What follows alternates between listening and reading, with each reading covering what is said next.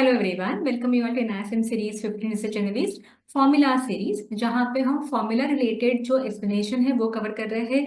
Ratio analysis से related जो भी न्यूमेरिकल्स आते हैं उसके ऊपर डिस्कस कर रहे हैं, और कुछ क्वेश्चंस जो है अगर हमें लगते हैं रेलेवेंट है तो वो भी यहाँ पे कवर कर रहे हैं। आई होप आपने इसके पहले के जो दो वीडियोस हैं इस सीरीज के वो भी देख लिए होंगे। So without wasting much time will start with the session 3 of the formula series. तो सबसे पहले यहाँ पे आ रहा है प्रॉफिटेबिलिटी रेशियो, और यहाँ पे हायर द बेटर ये इंडिकेटर है। मतलब जितना ज्यादा कंपनी प्रॉफिट करेगी उतना ही उस पर्टिकुलर बिजनेस के लिए अच्छा रहेगा, और उस पर्टिकुलर कंपनी की शेयर प्राइस जो है वो भी बढ़ेगी। जो कंपनी प्रॉफिटेबल रहेगी, कंसिस्टेंट प्रॉफिट जो है वो डिलीवर करती रहेगी। इस कैटेगरी में सबसे पहला रेशियो आ रहा है ग्रॉस प्रॉफिट मार्जिन का रेशियो। मार्जिन जब भी हम बोलते हैं तो ये नेट सेल्स पे कंप्यूट होती है। मतलब यहाँ पे फॉर्मूला बहुत सिंपल रहेगा, gross profit divided by net sales into 100। अब जी ग्रॉस प्रॉफिट कैसे कैलकुलेट करना है, तो इसके लिए आपको चाहिए सीओजीएस। मतलब नेट सेल्स में से सीओजीएस जब भी आप डिडक्ट करेंगे तो आपको ग्रॉस प्रॉफिट मिलेगा। और सीओजीएस का मतलब क्या है? सीओजीएस मतलब cost of goods sold. Cost of goods sold compute करने के लिए एक फॉर्मूला यूज होता है, और ये फॉर्मूला है opening stock plus purchases plus factory level के एक्सपेंसेस माइनस क्लोजिंग स्टॉक। ये करने के बाद आपको कॉस्ट ऑफ गुड्स सोल्ड मिलेगा। नेट सेल्स में से जब आप cost of goods sold reduce करेंगे तो आपको ग्रॉस प्रॉफिट मिलेगा। इसके बारे में थोड़ी ज्यादा जानकारी चाहिए होगी तो अकाउंटिंग के रिलेटेड एक सीरीज हमारी बनी हुई है, उसका लिंक दैट इज वो प्लेलिस्ट का लिंक जो है हम यहाँ पे दे देते हैं डिस्क्रिप्शन बॉक्स में। उसको आप एक बार जरूर देखिए, तो आपके ये जो कॉन्सेप्ट है वो क्लियर हो जाएंगे। नेक्स्ट आपका आ रहा है EBITDA margin. Again as I said, margin आएगा तो नेट सेल्स डिनोमिनेटर में आने वाला है। न्यूमिनेटर में क्या आएगा? EBITDA, that is earning before interest and tax, depreciation and amortization। Margin निकालना है, मतलब यहाँ पे परसेंटेज में आंसर चाहिए। प्रॉफिटेबिलिटी रेशियो में नेक्स्ट आ रहा है पैट मार्जिन कैलकुलेट करना। That means profit after tax, जिसको हम लोग नेट प्रॉफिट भी बोलते हैं। तो net profit divide by again net sales करेंगे मल्टीप्लाइड बाय 100। अच्छा, मैंने एक चीज तो बताई नहीं, नेट सेल्स का मतलब क्या होता है। तो नेट सेल्स का मतलब ये है कि आपकी जो सेल्स की फिगर है, दैट इज टोटल सेल्स की फिगर है, माइनस करेंगे हम जीएसटी की अमाउंट, और माइनस करेंगे जो भी return that is sales return हुए हैं उस पर्टिकुलर साल में। वो करने के बाद आपको जो मिलेगी वो होगी नेट सेल्स की वैल्यू। तो पैट मार्जिन कैलकुलेट करने के लिए PAT divide by net sales into 100। उसके बाद ऑपरेटिंग प्रॉफिट मार्जिन भी लोग देखते हैं, मतलब देखते हैं कि अलग अलग लेवल पे जो आपकी जो प्रॉफिट एंड लॉस अकाउंट है, या तो आपका जो इनकम स्टेटमेंट हम बोलते हैं वर्टिकल इनकम स्टेटमेंट, उसमें अलग अलग लेवल पे आप प्रॉफिटेबिलिटी जो है वो चेक कर रहे हैं। तो पहले आपने ग्रॉस प्रॉफिट लेवल पे चेक की, उसके बाद एबिटा पे चेक की, ऑपरेटिंग प्रॉफिट पे चेक की, फैट पे चेक की। मतलब हर जगह पे आप देख रहे हैं कि ये लेवल पे जो है कंपनी कैसे कैसे प्रॉफिटेबल हुई है, और ईयर ऑन ईयर जो है वो कैसे प्रॉफिटेबिलिटी रिफ्लेक्ट कर रही है। तो ऑपरेटिंग प्रॉफिट मार्जिन निकालने के लिए आपको चाहिए operating profit divide by net sales into 100। Operating profit निकालने के लिए आपको क्या करना है, नेट सेल्स में से आपको cost of goods sold reduce करना है।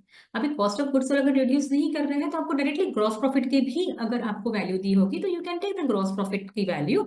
हम ग्रॉस प्रॉफिट में से डिडक्ट करेंगे office and administration expenses, selling and distribution expenses. उसके बाद हम रिड्यूस करेंगे कुछ फिनेंशियल चार्जेस, जैसे बैंक चार्जेस वगैरह कुछ रहेंगे तो वो रिड्यूस करेंगे। उसके बाद हम रिड्यूस करेंगे the that is depreciation and amortisation की वैल्यू, और फिर हमें मिलेगा operating profit. Operating profit divide by net sales करेंगे तो हमें मिल जाएगा ऑपरेटिंग प्रॉफिट का margin. I hope you understood till this. एक बार मैं यहाँ पे आपको वापस इंसिस्ट करूंगी, जो अकाउंटिंग की सीरीज है उसको जरूर देखें, क्योंकि अकाउंटिंग रिलेटेड अगर आपका कुछ भी आपके कुछ कॉन्सेप्ट्स अनक्लियर है तो वो पहले वहां पे क्लियर हो जाएंगे। उसके बाद अगर आप यहाँ पे आओगे तो आपको ज्यादा क्लैरिटी के साथ चीजें जो है वो समझ में आ जाएगी। प्रॉफिटेबिलिटी रेशियो में नेक्स्ट आ रहा है रिटर्न ऑन एसेट्स। फॉर्मूला है PAT, that is net profit divided by total assets into 100। यहाँ पे रिटर्न ऑन एसेट्स ये बताता है कि टोटल एसेट्स डिप्लॉय करके कंपनी में, मतलब टोटल एसेट्स यूटिलाइज करके कंपनी ने कितना प्रॉफिट जो है वो कमाया है। और यहाँ पे टोटल एसेट्स का मतलब है fixed assets and current assets, मतलब दोनों को ऐड करेंगे वो हो जाएंगे आपके टोटल एसेट्स। और प्रॉफिटेबिलिटी रेशियो में लास्ट फॉर्मूला आ रहा है रिटर्न ऑन इक्विटी का फॉर्मूला। बहुत इंपॉर्टेंट है एग्जाम पॉइंट ऑफ व्यू से। इसके साथ साथ और भी एक रेशियो आता है रिटर्न ऑन कैपिटल एम्प्लॉयड, जिसके बारे में हमने पहले ही डिस्कस किया हुआ है। रिटर्न ऑन कैपिटल एम्प्लॉयड का फॉर्मूला था EBIT divided by total capital employed into 100। Very good, I hope you remember this. अभी रिटर्न ऑन इक्विटी का फॉर्मूला बहुत ज्यादा इंपॉर्टेंट है एग्जाम पॉइंट ऑफ व्यू से। एग्जाम में ये क्वेश्चन आता है, लेकिन बहुत ज्यादा घुमा के आता है। बहुत कम बार हमने देखा है कि क्वेश्चन बहुत इजीली या सिंपल पूछा जाता है, क्वेश्चन घुमा के आता है। लेकिन फॉर्मूला जो आपको यहाँ पे लगाना है वो है PAT divided by equity into 100। अभी equity is nothing but net worth is nothing but book value. इतना तो आपको समझ में आ ही गया होगा। तो जैसे हमने बात की प्रॉफिटेबिलिटी रेशियो में gross profit margin, EBITDA margin, PAT margin, operating profit margin, return on asset, return on equity, return on capital employed, ये चीजें जो है वो इंक्लूड होती है।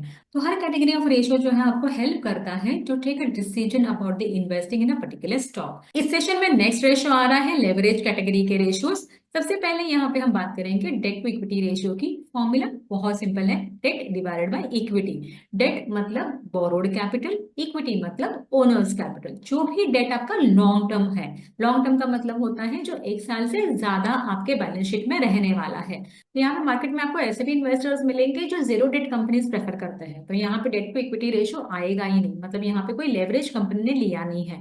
लेकिन कितना होना चाहिए, lower the better. For example अगर suppose debt to equity ratio 0.2 है, मतलब जब 1 रुपए की इक्विटी है तो 20 पैसे का डेट है, ऐसे इसको पढ़ा जाता है। लेवरेज रेशियो में नेक्स्ट आ रहा है इंटरेस्ट कवरेज रेशियो।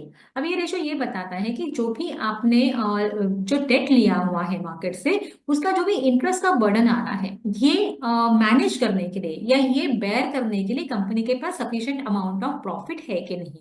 अब इसका फॉर्मूला है EBIT divided by interest expenses. Again higher the better. For example अगर एबिट जो है ये 5000 करोड़ है और इंटरेस्ट एक्सपेंस जो है वो सिर्फ 1000 करोड़ का है, तो 5 टाइम्स आया। मतलब जब 1 रुपए का आपके पास इंटरेस्ट का एक्सपेंस रहता है तो आपके पास 5 रुपए है एबिट के लेवल पे। एबिट मतलब earning before interest and tax के लेवल पे आपके पास 5 रुपए है। उसमें से 1 रुपया जाएगा इंटरेस्ट एक्सपेंस का, तो अर्निंग बिफोर टैक्स आपके पास 4 रुपए बचेंगे। उसमें से जो है आप टैक्स पे करेंगे, फिर आपके पास पैट बचेगा।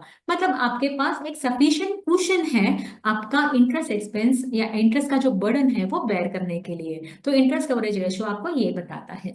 नेक्स्ट कैटेगरी ऑफ रेशियो आपके पास आ रहे हैं लिक्विडिटी रेशियो।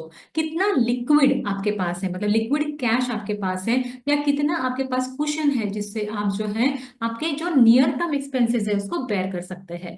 इसको जो है कंपेयर किया जाता है पीयर्स के साथ, मतलब कॉम्पिटिटर्स के साथ। क्योंकि बेसिकली जो है आपको यहाँ पे लिक्विडिटी रेशियो जो है स्टैंडर्ड इंडस्ट्री जो है या इंडस्ट्री स्टैंडर्ड जिसको हम लोग कहते हैं वैसा कुछ है नहीं।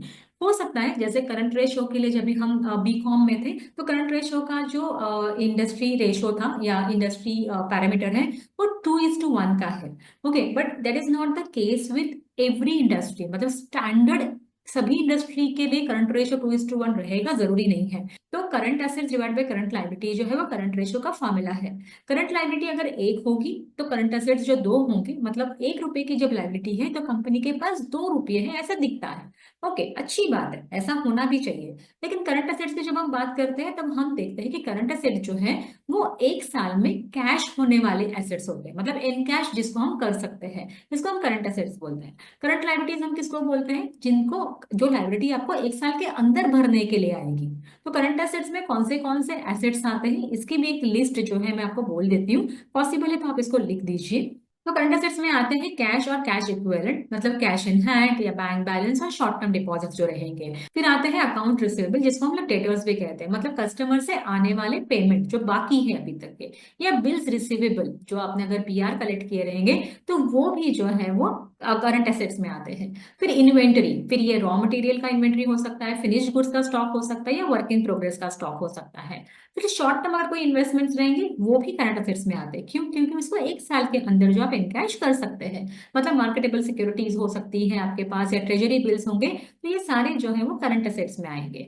कुछ प्रीपेड एक्सपेंसेस अगर आपने पे करके रखे हुए, जैसे एडवांस टैक्स पे करके रखा है, एडवांस रेंट पे करके रखा है, कोई इंश्योरेंसेस पे करके रखे हुए हैं एडवांस में, तो ये सारी चीजें प्रीपेड एक्सपेंसेस में आएगी और वो भी करंट असेट्स का ही एक पार्ट है। उसके बाद कुछ रिसीवेबल्स बाकी है, जैसे कुछ जीएसटी का रिफंड बाकी है, टैक्स का कोई रिफंड बाकी है, कोई इंटरेस्ट रिसीवेबल बाकी है, मतलब कुछ पैसा आने का बाकी है, तो ये भी जो है वो करंट असेट्स में आएगा। करंट लायबिलिटी में क्या क्या आता है, तो करंट लायबिलिटीज वो लायबिलिटीज होती है जिनको एक साल के अंदर हमें चुकाना है, मतलब पे करना है। फॉर एग्जाम्पल अकाउंट्स पेएबल आ सकते हैं, मतलब क्रेडिटर्स, जिनको आपको जिनके पास से आपने रॉ मटेरियल खरीदा है, जो सप्लायर्स आपके हैं इनको पैसे देने के बाकी है, तो एक साल के अंदर अंदर आप उनको पैसे दे देंगे। उसके बाद शॉर्ट टर्म लोन्स और बोरोविंग्स अगर कुछ रहेंगे, मतलब एक साल के अंदर जिनको चुकाना जरूरी है, जैसे ओवरड्राफ्ट है या वर्किंग कैपिटल लोन आपने लिया रहेगा, तो ये सारी चीजें करंट लायबिलिटीज में आती है। फिर कुछ आउटस्टैंडिंग एक्सपेंसेस बाकी होंगे, जैसे सैलरी देने का बाकी है मतलब साल खत्म हो गया है, जैसे मार्च में आपका साल खत्म होता है, लेकिन आप पेमेंट जो है वो मार्च महीने का अप्रैल में कर रहे हो अपने एम्प्लॉयज को, तो यहाँ पे वो सैलरी जो है आउटस्टैंडिंग सैलरी दिखेगी। उसी को हम आउटस्टैंडिंग एक्सपेंस कहते हैं और करंट लायबिलिटी में आते हैं। वो इमीडिएटली देने पड़ते हैं अगले साल में, मतलब अगले साल के स्टार्टिंग में ही, अगले फाइनेंशियल ईयर के। तो इसी के लिए हम उसको करंट लायबिलिटी में डालते हैं। कुछ रेंट पे करने का बाकी होगा, अगर मतलब इस महीने का तो हमने यूटिलाइज कर दिया है प्रीमाइसेस, लेकिन अगले महीने में हम उसका रेंट पे कर रहे हैं, तो वो भी करंट लायबिलिटी में आएगा।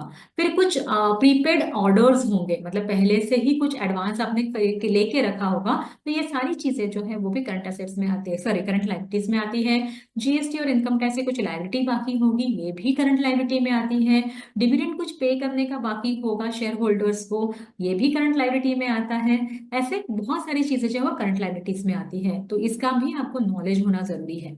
तो करंट रेशियो का फॉर्मूला है current assets divide by current liabilities. Industry standard कहता है 2:1, but that is not standard for everyone, क्योंकि हर इंडस्ट्री का पैरामीटर जैसे मैंने कहा अलग अलग हो सकता है। फॉर एग्जाम्पल अगर मैं बोलती हूँ कि एक रियल एस्टेट बिजनेस है, तो यहाँ पर आपने देखा होगा, यहाँ पे इन्वेंट्री जो है वो बिल्डअप होने में ही 2-2 3-3 साल लगते हैं। मतलब एक अगर आप एक 15 स्टोरी बिल्डिंग बना रहा है कोई एक डेवलपर, तो उसको 2 या 3 साल उसमें लग सकते हैं। तो करंट एसेट्स जो है वो टाइम लेगा, वो एक साल के पीरियड में तो इनकम जनरेट नहीं होगा। तो इसके लिए मैं बोल रही हूँ कि करंट रेशियो जो है, अगर 2:1 का अगर मैं स्टैंडर्ड फॉर्मेट भी रखती हूँ, तो भी आप इंडस्ट्री के साथ, मतलब उनका जो पीयर्स है, इनके जो कॉम्पिटिटर्स है, उसके साथ उसको कंपेयर करना जरूरी होता है।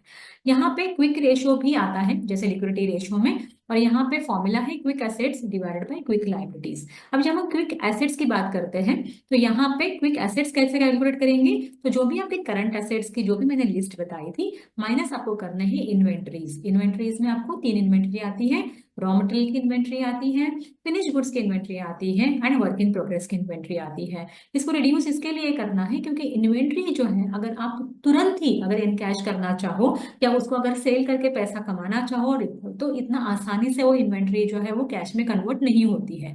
लेकिन अगर आपके पास कैश है, बैंक बैलेंस है, मार्केटेबल सिक्योरिटीज है, या डेटर्स भी है फॉर दैट मैटर, तो उनको आप जो है मतलब फिर भी कैश में कन्वर्ट कर सकते हो in this short period. Quick ratio का मतलब है तुरंत ही अगर आपको पैसा चाहिए होगा, तो क्या आप इनको जो है कैश में कन्वर्ट कर सकते हैं। क्विक लायबिलिटीज भी आपको कंप्यूट करनी है यहाँ पे, और क्विक लायबिलिटी का फॉर्मूला है करंट लायबिलिटीज माइनस अगर कोई बैंक का ओवरड्राफ्ट बाकी है, या बैंक का ओवरड्राफ्ट का कोई लोन है, तो वो चीज जो है आपको यहाँ पे रिड्यूस करनी है, तो आपको क्विक लायबिलिटी आ जाती है। और क्विक रेशियो जो है उसका जो इंडस्ट्री स्टैंडर्ड पैरामीटर है, मतलब जो रेशो इंडस्ट्री क्या मानती है, तो ये साउंड रेशो माना जाएगा लिक्विडिटी रेशो में। जैसे करंट रेशो का मैंने बोला 2:1, मतलब 1 रुपया अगर करंट लायबिलिटी है, तो 2 रुपया आपके हाथ में in the form of current assets रहने चाहिए। वैसे ही क्विक रेशियो का जो फॉर्मूला है वो, सॉरी क्विक रेशियो का जो पैरामीटर है वो है 1:1, मतलब 1 रुपए की आपकी क्विक लायबिलिटी है, तो सामने आपके पास 1 रुपए का क्विक एसेट जो है वो रहना चाहिए। उससे ज्यादा रहेगा तो बेटर रहेगा। So I hope you understood all the formulas and parameters. Thanks for your time and happy learning.